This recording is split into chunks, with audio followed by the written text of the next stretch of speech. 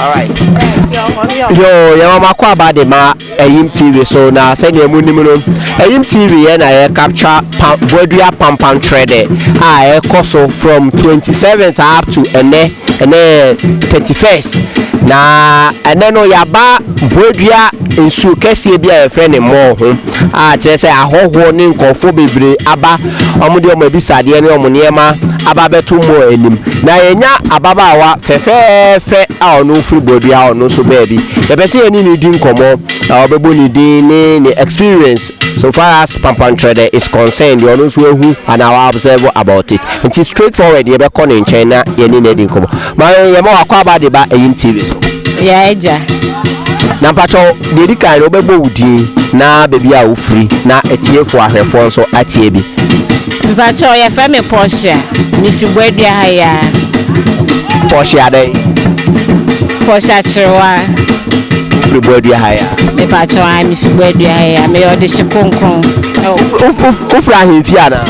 Nyam mi fi ahemfi me ode hye pa ode hye kronkron efi ni hu. Me ode hye okum ha ya.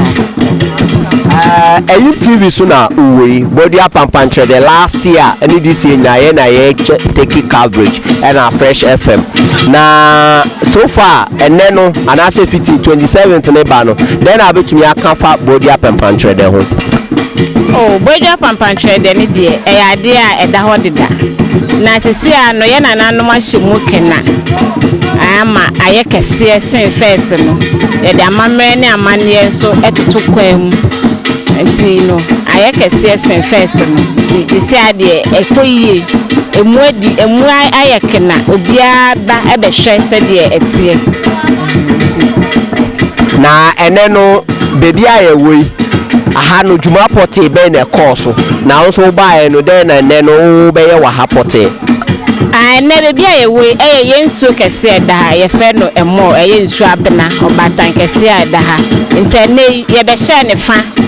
ya be hye ne fa wie na afe ye wa ha so obi bia wa de se de bia no obetimi e de akwakoto nanu nsu kese obetimi asabi uda ho na si de upe bia obetimi aka che yensu no obatan pa ye fe ne nsu abena emo nti ene de be ye wa ha no ye be hye ne fa kese ye be ma na aduane diye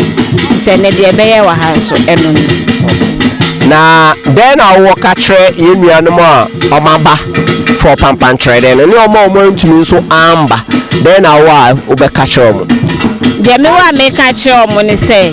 omo mutimi ba ye no ye de nyame ase so mu nyina beka yensa asomdwem na omo ba omaba no so no mma bibia enkoso wano yenye bibia boko na enkoso omo ntimi amba ne yesre wom afisese obi amra brochefo mo amkrom ne efie ne fie yesre mo da foforo na sia by this time there na hoho nyina mu nyina maba se ne be ya Panpankyerede no ye betimi ahye mu kina na Boadua chimboadua ye di etimi edudu amama se ne kwawu agidi no saa ne pese ye nso achimboadua yenso ye gidi o ye Panpankyerede nti yesre mo afiste se no obi a kwantufo nyina mo mbra na we mehye mu kina. Okay.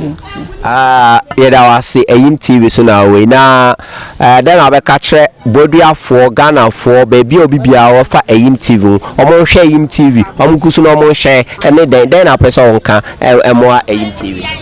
ye we Akyem TV so Boadua man we de ye die mu anti yesre mo obibia udi TV to a fa to Akyem TV recommend mo obia radio station nyina na yenso ye kuro no enkonim na Akyem TV so entimi enko enim emaye nti yesro bibia so mfa ni TV ento Akyem TV no mo enhwe yen wo ho yeda mase yes yeda asepa em se unua ba ku gina won chen ye ne ono so ntwetwe nkomo kaka maame pacho Akyem TV so na we di sen a friend part sen efum minua do di mecho di efum ene ne ye hia sa ho na ufri Boadua ha ya mi fi Boadua ha ya Boadua de hye pa de se konkron pa okay Panpankyerede anything I was wedru ahaya na pachan okay na ene Panpankyerede no so de pote juma de pote be na wo bedi wa ha ana se den na wo be hwe wa ha oh me be hwe sane omo hye efa no se ne omo mamo na aduane ye nanano mama no ne amane se ne be ya da che enso ye behuna yetimi ayebi enti na ma me ba ha no se nti we sua ade ne pa me sua ne ma bebre me sua se ne yesa se ne ye mo na aduane se ne ye gugu nsa ye de frɛ no na me sua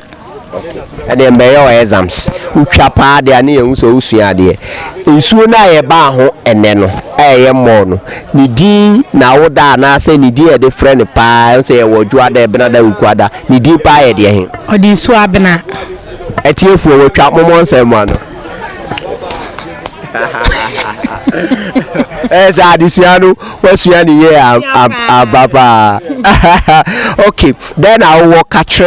akwetiafo boduafo omo amanone ana omo wo nkronkro so omo tumi aba omo so omo ntumi amba then I will catch omo me catch obi bia se omo tumi aba no me catch obi bia se omo yade na bana o maba no omo ntom boys no omo nje omo ni yie because Boadua Panpankyerede there the whole world and then a lead ana omo so omo ntimi amba no so no yesese nyame aduma na sie no edu so omo nyina fo mani onyam embete eche na kro no so ye de entumpon enkọ enim na enim TV so enkọ enim stress obia be hwe enim TV na wa hwe e wo so obia ne so bia hwe na enyume yes live band akosua Japan ne oya we me awe pa ya radio ankasa na yes uginem ye ginem 34/7 ukuma bo ye de oh debi but ase sa ntimrante ni nyina amla obia meginani obia wa be hye dem no wa hye dem kwa obia mpie obehye nika na obehye trouser hot sneaker hot obehye dey hot sneaker hot o se dey hot sneaker mami bacho wawale me pacho ai ana obehye hot enya wanwa sa ai asembesi enanyumle okay mami mra unia so bacho so enyumle o behye dey oh and me de me hye jeans na ne me top na ba me ginemu 24/7 ginemu de ginemu unso band so de Boadua for me omo pe live band dodo enti live band de ye ginemu atside be chi no nsia we sa ukuma boye debi mrante no tirem omo prepare no omo mehia mo station wa mo ho no omo mra pa ye de be sie ni ankasa se ye bua na ye buni sa ye ginemu 24/7 so on Monday sa first so ye mate se dwabo to aso eno so sa ye ginemu live band jai ye ginemu ankasa okay yo ye bedo bia se Akyem TV so ana muguso amuhwe social media na yaji bia se ne ema ne kire no no anwumre ye ginemu timrante en pacho ni ska kobobosia quick credit kojilo na fa bra anwumre the sponsor omo je se o gin sane je se na na omo su game out so we lie no eno nti Akyem TV so ne yakra mo ye da bia se